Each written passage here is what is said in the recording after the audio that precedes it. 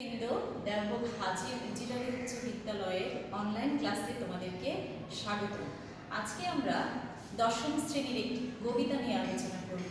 বেশ কয়েকজন শিক্ষার্থীদের পক্ষ থেকে কবি আব্দুল হাকিমের বঙ্গবাণী কবিতাটির উপরে যেন একটি ক্লাস নেওয়া হয় সেজন্য অনুরোধ এসেছিল। তো তোমাদের অনুরোধের প্রেক্ষিতে ক্লাসটি শুরু করতে যাচ্ছি। বঙ্গবাণী কবিতাটি লিখেছেন কবি আব্দুল হাকিম। এই কবিতাটি আলোচনা করার আগে আমরা কবি আব্দুল হাকিমের পরিচিতিটা একটু জেনে নিব এবং কোন সময়ের প্রেক্ষিতে বা কোন প্রেক্ষাপটে এই কবিতাটি রচিত হয়েছে সেই বিষয়টা আমরা একটু ক্লিয়ার হব এবং সেই সাথে মধ্যযুগের কবিতার রীতি কেমন ছিল সেটাও আমরা জেনে নিব। তারপরে আমরা যাব কবিতার বিষয়বস্তুতে। তো চলো আমরা লেখক পরিচিতিটা একটু জেনে নিই।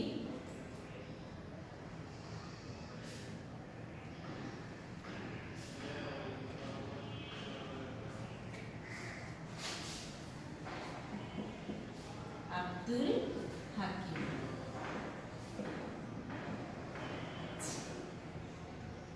মধ্যযুগে অর্থাৎ 1620 খ্রিস্টাব্দে সন্দ্বীপের সুধারামপুর গ্রামে তিনি জন্মগ্রহণ করেছেন। সন্দ্বীপের সুধারামপুর গ্রামে তিনি জন্মগ্রহণ করেছেন এবং তার মৃত্যু হয়েছে 1690 খ্রিস্টাব্দে। আচ্ছা, বঙ্গবাণী কবিতাটি আব্দুল হাকিমের নূর নামা কাব্যগ্রন্থ থেকে নেওয়া হয়েছে। নূর নামা কাব্যগ্রন্থ থেকে নেওয়া হয়েছে। আব্দুল হাকিমের আরো বেশ কয়েকটি উল্লেখযোগ্য কাব্যগ্রন্থ আছে যেটা তোমাদের মনে রাখা খুব দরকার। তোমাদের মনে রাখার সুবিধার্থে লিখে দিচ্ছি। নসিহত নামা, শহর নামা এবং শাহাবুদ্দিন নামা। ঠিক আছে? আচ্ছা, তো এছাড়াও আরেকটি উল্লেখযোগ্য তার কাব্যগ্রন্থ আছে ইউসুফ জুলেখা। এটা নিশ্চয়ই তোমরা কোথাও শুনে থাকবে। আচ্ছা, তো আব্দুল হাকিমের লেখক পরিচিতিটা আমরা একটু জানলাম। 1620 সালে উনি জন্মগ্রহণ করেছেন এবং তার মৃত্যু হয়েছে 1690 খ্রিস্টাব্দে।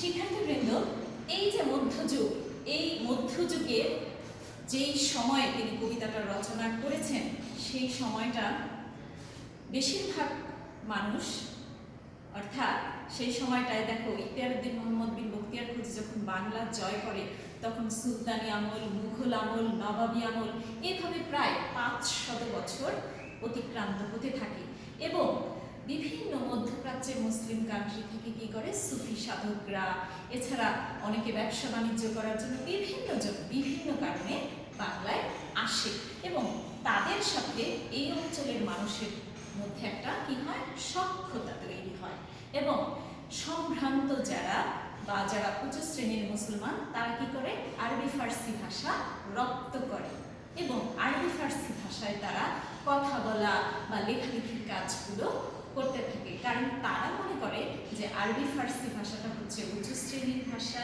যেহেতু এই ভাষায় কোরআন হাদিস রচিত হয়েছে তাই তারা এই ভাষাটার উপরে একটা বিশেষ গুরুত্ব দিতে থাকে। এছাড়া আরেকটা শ্রেণী ছিল সম্ভ্রান্ত বা এলিট ব্রাহ্মণ শ্রেণী। ঠিক আছে, এই ব্রাহ্মণ শ্রেণী আবার সংস্কৃত ভাষায় রচনা বা লেখালেখি করত, কারণ এটাকে তারা পবিত্র ভাষা মনে করত। ঠিক আছে? আচ্ছা, তাহলে আমরা কয়টা শ্রেণী পেলাম? এই সময়ে দুইটা শ্রেণী পেলাম, দুইটা এলিট শ্রেণী পেলাম। একটি হচ্ছে সম্ভ্রান্ত মুসলিম এবং আরেকটি হচ্ছে কি বলতো, ব্রাহ্মণ। ঠিক আছে? আচ্ছা, তো সম্ভ্রান্ত মুসলমানরা আরবিতে কোন ভাষাটাকে, আরবি ফার্সিকে প্রাধান্য দিল এবং ব্রাহ্মণরা আবার কোন ভাষাকে, সংস্কৃত। আচ্ছা, তো মাঝামাঝি একটা শ্রেণী ছিল এই সম্ভ্রান্ত বা এলিট দুইটা শ্রেণীর চাপে পড়ে, ঠিক আছে, বিশেষ করে যারা দরিদ্র শ্রেণী ছিল তারা কিন্তু বাংলায় কথা বলতো, ঠিক আছে, তারা লেখাপড়া জানতো না এবং বাংলা ভাষায় তারা কথা বলতো। আর সম্ভ্রান্ত মুসলিম এবং ব্রাহ্মণরা উভয় শ্রেণী কি করতো, এই নিচু শ্রেণীর মানুষদেরকে ঘৃণার চোখে দেখতো, ঠিক আছে, তাদেরকে ছোট মনে করতো। এই সময়ে এই প্রেক্ষাপটে কিন্তু আব্দুল হাকিমের বঙ্গবাণী কবিতাটি রচিত হয়েছে। আচ্ছা, এবার আসো মধ্যযুগের কবিতার রীতি কেমন ছিল। মধ্যযুগের কবিতায় কবিরা কবিতাটা রচনা করার আগে কি করতে জানো, একটা বিশেষ ভূমিকা বা একটা বিশেষ ভণিতা তারা অনুসরণ করত, যেটা আমরা কবিতায় গেলেই দেখতে পাবো। দেখো, তোমরা একটু ভালো করে দেখো কবিতাটায়, কিতাব পড়িতে যার নাহিক অভ্যাস, সেসবে কহিল মতে মনে হাবিলাস। আচ্ছা, তে কাজে নিবেদি বাংলা করিয়া রচন, নিজ পরিশ্রম তোষি আমি সর্বজন। তোমরা যদি এই চারটি লাইনকে একটু দেখো তাহলে কবি দেখবা যে এই চারটা লাইনের মধ্যে বলছে যে কেন তিনি এই কবিতাটা রচনা করেছেন। এটাই হচ্ছে ভূমিকা, ঠিক আছে, যেটা মধ্যযুগের কবিতার একটা রীতি।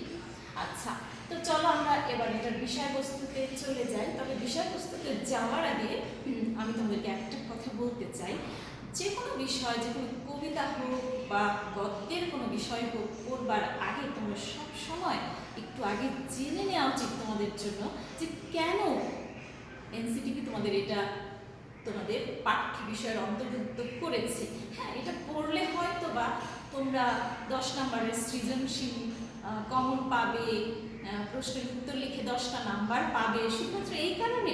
একদম না, শুধুমাত্র এই কারণে কিন্তু তোমাদের এটা পাঠ্য বিষয়ের অন্তর্ভুক্ত করা হয়নি। কবি আব্দুল হাকিম মধ্যযুগের ওই বৈরী পরিবেশে, ঠিক আছে, খুব একটা চরম অবস্থা তখন বিরাজ করছিল। ওই সময়ে বাংলাকে ভালোবেসে বাংলাকে নিয়ে কবিতা লিখবে এরকম প্রেক্ষাপট ছিল না। ওই সময়ে সে বাংলার প্রতি এত গভীর মমতা, ভালোবাসা, অনুরাগ দেখিয়ে এই কবিতাটা রচনা করেছেন। তাহলে আমাদের অবস্থাটা কেমন হওয়া দরকার? আমাদেরও যেন, বিশেষ করে তোমাদের মনেও যেন বাংলা ভাষার প্রতি অনুরাগ, ভালোবাসা, অনুভূতি সৃষ্টি হয়। সেই কারণে কিন্তু তোমাদের পাঠ্য বইয়ের অন্তর্ভুক্ত এটা করা হয়েছে। তো দেখো, কিতাব পড়িতে যার নাহিক অভ্যাস। যার, কার অভ্যাস নেই? এখানে যার বলতে সেই নিম্ন শ্রেণীর মানুষদেরকে কথা বলা হয়েছে যারা পড়তে জানে না, লিখতে জানে না। শেষ হবে কহিল মতে মনে হাবিলাস। শেষ হবে মানে তারা কবির কাছে এসে তাদের এই মনের ইচ্ছার কথাটা, হাবিলাস ইচ্ছার কথাটা বললো বা জানালো। তে কাজে নিবেদি বাংলা করিয়া রচন। তে কাজে অর্থাৎ সেই কাজে, অর্থাৎ সেই কাজ কোনটা? বাংলায় তিনি রচনা শুরু করলেন এবং নিজ পরিশ্রম তোষি আমি সর্বজন। তোষি মানে কি? তুষ্ট করা, খুশি করা। অর্থাৎ কবি সেই সব মানুষদের মনকে খুশি করার জন্য, তাদেরকে তুষ্ট করার জন্য, এমনকি তার মনের ভিতরে যে বাংলার প্রতি ভালোবাসা ছিল, অনুরাগ ছিল, সেটাকে প্রকাশ করার জন্যে তিনি কি করলেন? বাংলায় রচনা শুরু করলেন। আচ্ছা, এরপরে দেখো, আরবি ফার্সি শাস্ত্রে নাই কোনো রাগ, দেশি ভাষা বুঝিতে ললাটে পুরে ভাগ। আচ্ছা, তার মানে কি? যারা আরবি ফার্সি ভাষার উপরে, আরবি ফার্সিওয়ালা যারা, তাই না, অথবা যারা সংস্কৃতটাকে খুব গুরুত্ব দিচ্ছে, তাদের উদ্দেশ্যে কবি বলতেছে যে দেখো ভাই, তোমাদের ভাষার উপরে, তোমাদের যে আরবি ফার্সি, এগুলোর উপরে কিন্তু আমার কোনো রাগ নেই, ঠিক আছে। দেশি ভাষা বুঝিতে ললাটে পুরে ভাগ, এটা দুইটা অর্থ হতে পারে, ললাটে পুরে ভাগ। একটি কথা তোমাদেরকে বলে রাখি, কবিতাকে যদি তুমি শুধুমাত্র আক্ষরিক অর্থে বোঝার চেষ্টা করো তাহলে কিন্তু সেটার ভাবার্থটা পুরোপুরি অনুভব করা যাবে না। ঠিক আছে? কবিতার দুই ধরনের অর্থ, একটি হচ্ছে আক্ষরিক অর্থ এবং আরেকটি হচ্ছে ভাবার্থ। ঠিক আছে, ভাবার্থটাকে বেশি গুরুত্ব দিতে হবে। তো এটার দুটো অর্থ হতে পারে। একটি হলো যে বাংলা ভাষাটাকে আমি ভালো বুঝি, ঠিক আছে, আর আরেকটা অর্থ হলো যে বাংলাতে জন্মেও যে বাংলা ভাষা বোঝে না, বাংলা ভাষার প্রতি হিংসা বা এই ভাষাটাকে তুচ্ছ তাচ্ছিল্য করে, তার কিন্তু কপাল পোড়া। ঠিক আছে, এটা বোঝা যাচ্ছে। এরপর দেখো, আরবি ফার্সি হিন্দি নাই দুই মত। হিন্দে, এটা কি জানো? হিন্দে বলতে কিন্তু হিন্দি ভাষাকে বোঝানো হয়নি, হিন্দি এখানে বাংলা ভাষাটাকেই বোঝানো হয়েছে। কারণ হচ্ছে ওই সময়ে নিচু শ্রেণীর কিছু হিন্দু ছিল যারা ব্রাহ্মণদের দ্বারা বিভিন্নভাবে অত্যাচারিত হতো এবং তারা কি হয়েছিল? কনভার্ট মুসলিম, তারা ইসলাম ধর্ম গ্রহণ করেছিল। ঠিক আছে, আর তারাও বাংলা ভাষায় কথা বলতে দেখে এই ভাষাটাকে হিন্দে, মানে হিন্দুদের ভাষা বা বাংলা ভাষা বলা হতো। আচ্ছা, যদি বা লিখয়ে আল্লাহ নবীর সিফত, সিফত শব্দের অর্থ হলো গুণ। ঠিক আছে, তার মানে কবি এখানে বলতে চাচ্ছেন যে যদিও আরবি ভাষায় কোরআন হাদিস রচিত হয়েছে, কিন্তু সেই ভাষার প্রতি আমার কোনো রাগ নেই। যেই দেশে যেই বাক্য কহে নরগণ, সেই বাক্য বুঝে প্রভু আপে নিরঞ্জন। কি মনে হচ্ছে? যেই দেশে, পৃথিবীর যেই প্রান্ত থেকে যেই ভাষায় সৃষ্টিকর্তাকে ডাকুক না কেন, আল্লাহকে ডাকুক না কেন, মনের কথাটা আল্লাহকে বলুক না কেন, আল্লাহ কিন্তু সব ভাষা বোঝে। ভাষা কিন্তু আল্লাহর পক্ষ থেকে আসছে। ঠিক আছে, কোনো ভাষাকে ছোট করে দেখা যাবে না। তাই কবি বলছেন যে আল্লাহ তো সব ভাষা বোঝেন। হ্যাঁ, প্রভু আপে, আপে মানে আপনি, বা তিনি নিজেই সব ভাষা বোঝেন।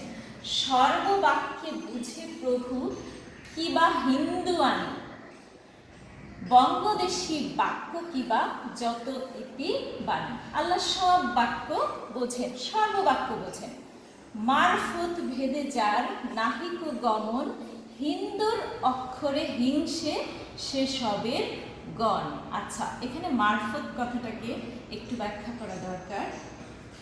দেখো, আরবি ভাষার যে আক্ষরিক অর্থ রয়েছে, ঠিক আছে, সেটা অনেক ক্ষেত্রে কিন্তু বোঝা যায় না। ঠিক আছে, আমাদের স্বল্প জ্ঞানে সব কিছু আমরা বুঝতে পারি না। মারফতটা হচ্ছে এক্সপ্লেইন করা, ব্যাখ্যা করা, কোনো একটা বিষয়টাকে বুঝিয়ে সুন্দর করে বিশ্লেষণ করে দেওয়াটা হচ্ছে মারফত। কবি এখানে দেখো খুব সুন্দর ভাষায়, ভদ্র ভাষায়, ঠিক আছে, খুব সুন্দর ভদ্র মার্জিতভাবে সেই আরবি ফার্সিওয়ালাদেরকে তিনি বলছেন যে তোমাদের মারফতে তেমন একটা জ্ঞান নেই, এই কারণে তোমরা হিন্দু অক্ষরে মানে কি বাংলা ভাষাটাকে হিংসা করছো। কি সুন্দরভাবে, তাই না? কাউকে আক্রমণ করতে চাইলে আমরাও কিন্তু এটা শিখলাম। ঠিক আছে, যে কত সুন্দরভাবে কাউকে বলা যায়। যে সবে বঙ্গেতে জন্মি হিংসে বঙ্গবাণী, সেসব কাহার জন্ম নির্ণয় ন জানি। আমার কাছে মনে হয় কি, কখনো কখনো আমি বলি যে বড় পাপের বড় শাস্তি, ছোট পাপের ছোট শাস্তি। দেখো, কবি বলছে যে সবে বঙ্গেতে জন্মি, মানে বাংলায় জন্মেছে, বঙ্গেতে জন্মেছে, তারপরে কি করছে? বাংলা ভাষাটাকে হিংসা করছে, ছোট করে দেখছে। কবি তাদের উদ্দেশ্যে বলছেন যে আসলে আমার খুব সন্দেহ হয় যে তোমাদের জন্ম পরিচয়টা কি, তোমার বাবার পরিচয়টা কি, সেটা বলেছে কবি, বুঝেছ? আচ্ছা, দেশি ভাষা বিদ্যা যার মনে ন জুয়ায়, নিজ দেশি ত্যাগী কেন বিদেশ ন যায়। ছোট পাপের ছোট শাস্তি, তাই না? বলছে যে নিজের দেশের ভাষা, মাতৃভাষাটা যদি তোমার মনে না লাগে, তুমি কেন পড়ে আছো এখানে? চলে যাও না কোথাও, চলে যাও এই বাংলা ছেড়ে। ঠিক আছে, কবি তাদের উদ্দেশ্যে এটা বলছেন। মাতা পিতামহ ক্রমে বঙ্গে তো বসতি, দেশি ভাষা উপদেশ মনে হিত অতি। কবি বলছেন দেখো, আমার 14 জেনারেশন, অর্থাৎ আমার বড় বাবার দিক থেকে, হ্যাঁ, বা নানার দিক থেকে আমার 14 জেনারেশন হচ্ছে এইখানেই জন্ম, এইখানেই তাদের বসতি। ঠিক আছে, তাই তাদের যে ভাষাটা আমি এতদিন ধরে আমি যেটা দেখে এসেছি, যেটা বলে এসেছি, সেটার উপরে তো আমার আর কিছু থাকতে পারে না। ঠিক আছে? তো এই কবিতাটা কিন্তু আমাদের জন্য, তোমাদের জন্য, সবার জন্য একটা শিক্ষা, যে মধ্যযুগের বৈরী পরিবেশের থেকে কবি আব্দুল হাকিম যদি এত সুন্দর করে তার মনের কথাগুলো, বাংলার প্রতি তার যে ভালোবাসা, অনুরাগ, সেটা দেখাতে পারেন, তাহলে আমাদের কি করা উচিত? আমাদেরও অবশ্যই নিজের ভাষাটাকে, মাতৃভাষাটাকে সম্মান করা উচিত।